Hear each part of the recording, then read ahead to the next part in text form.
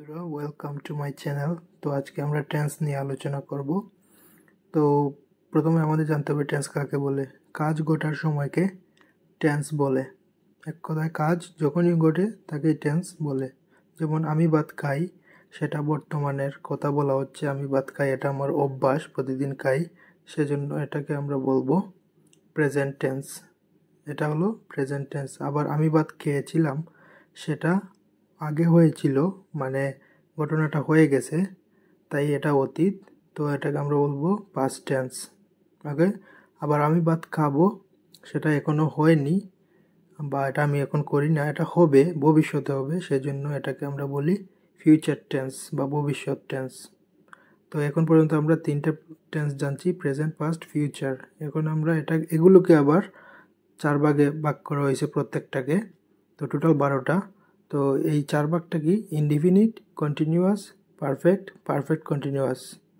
Present indefinite হচ্ছে বর্তমান অভ্যাস, অবস্থা বা চিরন্তন সত্য কথা। ওকে। তো আমরা এক্সাম্পল দেখব এখন।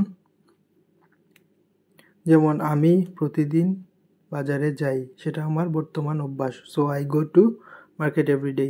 আবার সে খুব গরিব, হি ইজ ভেরি পুর, তো সেটাও হচ্ছে আমার বর্তমান অবস্থা।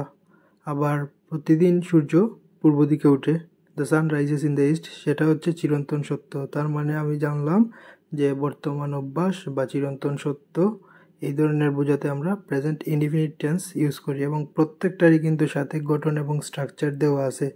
জাস্ট আপনারা সাবজেক্টের জায়গায় সাবজেক্ট এবং এই যে স্ট্রাকচারটা present form of main verb plus object, এগুলো ইউজ করে আপনারা প্রেজেন্ট ইনডিফিনিটের টেন্স এর স্ট্রাকচার অনুযায়ী আপনারা সেন্টেন্স ক্রিয়েট করবেন।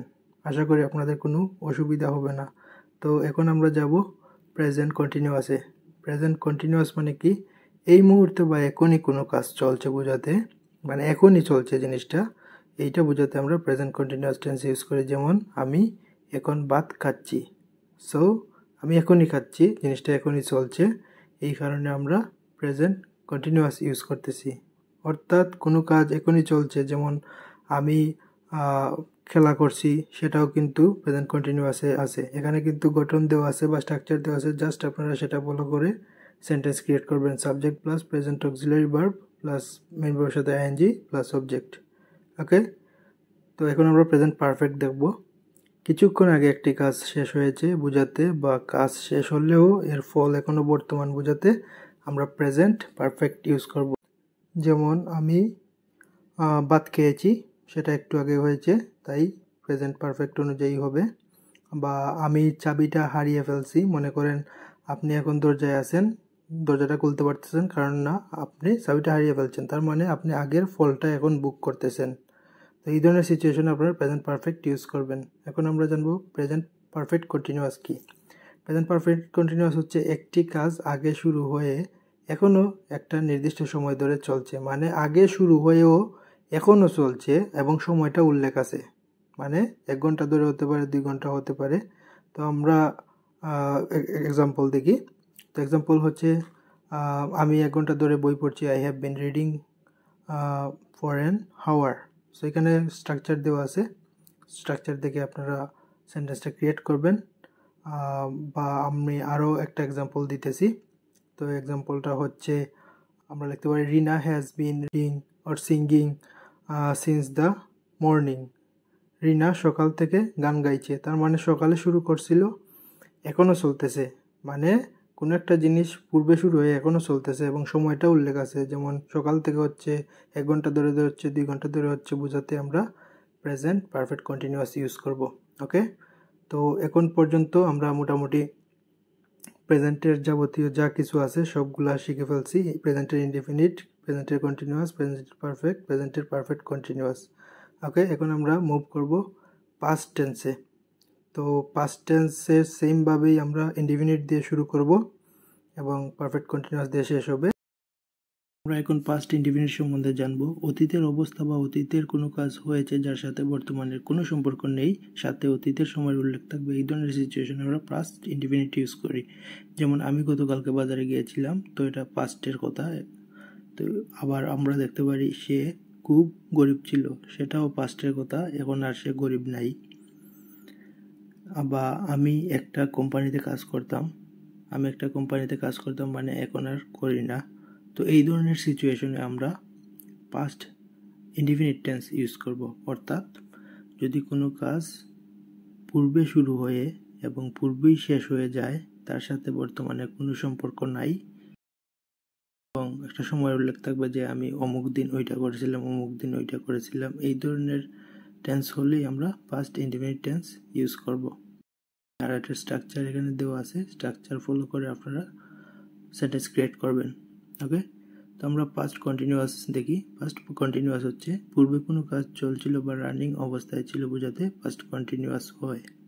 তো আমরা এক্সাম্পল দেখি। মনে করেন আমি ভাত কাটছিলাম, মানে ওই সময় ওইটা চলছিল, পূর্বে চলছিল মানে কন্টিনিউয়াস ছিল। তো এই ধরনের সিচুয়েশনে আমরা পাস্ট কন্টিনিউয়াস ইউজ করে থাকি। অর্থাৎ যদি কোনো সময়ের উল্লেখ না থাকে যে আমি একটা কাজ করছিলাম, ওই সময় ওটা রানিং ছিল, আমি খেলছিলাম, আমি পড়ছিলাম, তখন এই ধরনের সিচুয়েশনে আমরা পাস্ট কন্টিনিউয়াস টেন্সটা ইউজ করে থাকি। এখন আমরা পাস্ট পারফেক্টের ধারণাটা নিব। পূর্বে সংঘটিত দুটি কাজের মধ্যে যেটি তুলনামূলক আগে সংঘটিত হয়েছে সেটি বোঝাতে পাস্ট পারফেক্ট টেন্স হয়। তো মনে করেন I had eaten rice before I did the work. That means আমি ভাত খেয়েছিলাম আগে এবং কাজটা করেছিলাম পরে। তো প্রথম কাজটা যেটা করছি সেটার জন্য আমাদের পাস্ট পারফেক্টের স্ট্রাকচার অনুযায়ী হবে এবং দ্বিতীয়টার জন্য পাস্ট ইনডিফিনিটের জন্য, যেমন I did the work. Past perfect continuous tense. Past perfect continuous হচ্ছে একটি কাজ আগে শুরু হয়ে একটা নির্দিষ্ট সময় ধরে চলছিল, মানে এখন আর সেটা চলছে না, অর্থাৎ আগে শুরু হয়ে শেষ হয়ে গেছে। তো এই ধরনের সিচুয়েশনে আমরা কি ইউজ করব? পাস্ট পারফেক্ট কন্টিনিউয়াস ইউজ করব। যেমন আমি 1 ঘন্টা ধরে পড়ছিলাম, মানে 1 ঘন্টা ধরে পড়ছিলাম, এখন আর পড়ি না, মানে পড়াটা শেষ, একটা সময় ধরে পড়ছিলাম। আরেকটা এক্সাম্পল আমরা দেই, যেমন আমরা লিখতে পারি